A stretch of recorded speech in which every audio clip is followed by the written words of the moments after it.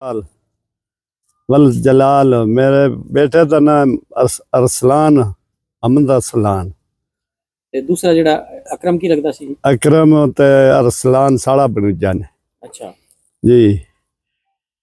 ਤੇ ਕੀ ਮਾਮਲਾ ਹੋਇਆ ਸੀ ਜੀ? ਕਿਸ तरह ਬੱਚੇ ਗਏ ਸਨ ਤੁਹਾਡੇ? ਕਦੋਂ ਰਾਬਤਾ ਹੋਇਆ ਤੁਹਾਡਾ? साडा रबता जनाब होया आखिरी 2 तारीख मैसेज आया सन बस आना शिप विच पा लेना ना साडे नाल गल आना बाईर दी ते लै गए ने इधो शिप विच पा के साडे बच्चे ने उन्हें कस्ताल किया मारिया ना कुटिया ना ते मैन बच्चा चाहिए मैन होर कोई शय नहीं चाहिए 40-40 लाख साथों ले लिया ना ते बच्चे मेरे मार छड़े ना समुंदर चो खड़ के एजेंटा किया अल्लाह पाक दा अमर इंजाए जां जो है ना जुल्म किया साडे नाल मेरी हेल्प की जाए मेरे नाल इंसाफ होया जाए मेरे नाल जो कुछ हुकूमत दा दिल है उन्हां दा दिल है रब दा हुक्म आ मेरे बच्चे मैंने दिते जान जो भी हुंदा है मेरे नाल करन मैं बड़ा जलील हाँ मैं आप पहुंच मोया पिया खबर आ मेरी बनी पई है ते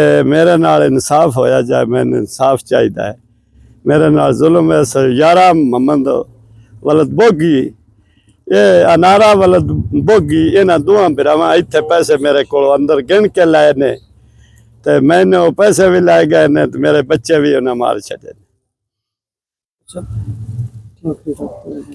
ਆਖਰੀ ਰਾਬਤਾ ਤੁਹਾਡਾ ਕਦੋਂ ਹੋਇਆ ਸੀ? आखिरी रबता साडा 2 तारीख मैसेज आया है 5 तारीख फोन होया तो क्या फोन मेरे बेटे बल ले लेना साथों साडा रबता अगो कोई नहीं होना।